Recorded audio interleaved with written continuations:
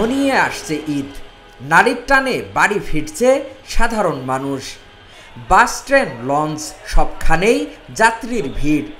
বিশেষ করে কমলাপুর রেল স্টেশনে ভিড় বেশি। তবে সরকারি ছুটি বেশি হওয়ায় চাপ পড়েনি ঈদ যাত্রায়। যাত্রীরা জানান, টিকিট পেতে কিছুটা হয়রানি হলেও নির্বিঘ্ন হচ্ছে ঈদ যাত্রা। যেতে যাচ্ছিলাম তো 11টার দিকে, এখন টিকিট দিচ্ছে না। অনলাইনে টিকিট চাচ্ছি, 10 দিন আগেই বুকিং হয়ে যাচ্ছে।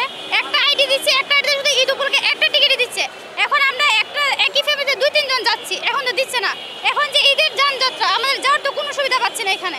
টিকিটের ব্যাপারটা না আসলে খুব মিস্টেরিয়াস, কারণ দেখা যাচ্ছে ঠিক দুইটায় আমরা 3-4টা ফোন দিয়ে ট্রাই করতেছি, কোনোটাতেই হচ্ছে না। তো 1 মিনিটে কিভাবে সবগুলো টিকিট শেষ হয়ে যাচ্ছে বুঝলাম না। আমরা 3 দিন ট্রাই করছি, যে মানে একদিনে যাওয়াটা ক্যান্সেল করে আরেকদিন ওভাবে 3 দিন ট্রাই করছি, একদিনও পাই নাই। আমি যাব চাঁপাইনবাবগঞ্জ, ঢাকা থেকে আর কি, ঈদের ছুটিতে। সো খুবই ভালো লাগতেছে ঈদ যাত্রা, সবার সাথে একসাথে আমরা ঈদ করব।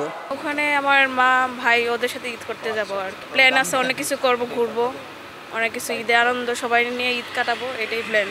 ঈদে সবারই প্রত্যাশা থাকে যে একটু আর্লি বাড়ি যাবে। ঈদের শপিংয়ের একটা ব্যাপার থাকে, ঢাকা যেহেতু থাকি, ঢাকা থেকে নিয়ে যাওয়ার একটা আলাদা ব্যাপার থাকে। সবার একটা প্রত্যাশা থাকে যে কি নিয়ে আসছে আমার জন্য, যে স্ত্রী আছে, সন্তান আছে, বাবা মা আছে, সবার জন্য সাধ্যের মধ্যে যেটুকু করা যায় সেটা নিয়েই বাড়ি যাওয়া।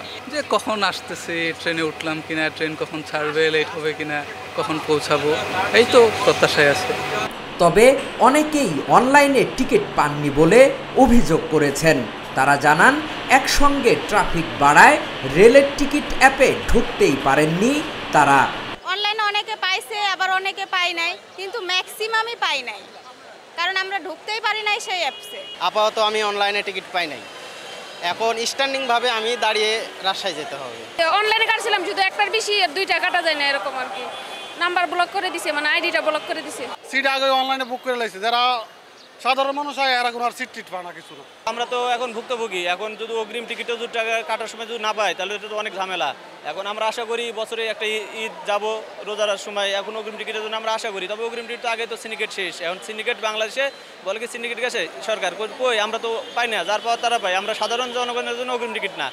বিগত বছরগুলোর তুলনায় এবার রেল স্টেশনগুলোতে নিরাপত্তায় বেশি জোর দিয়েছে সরকার।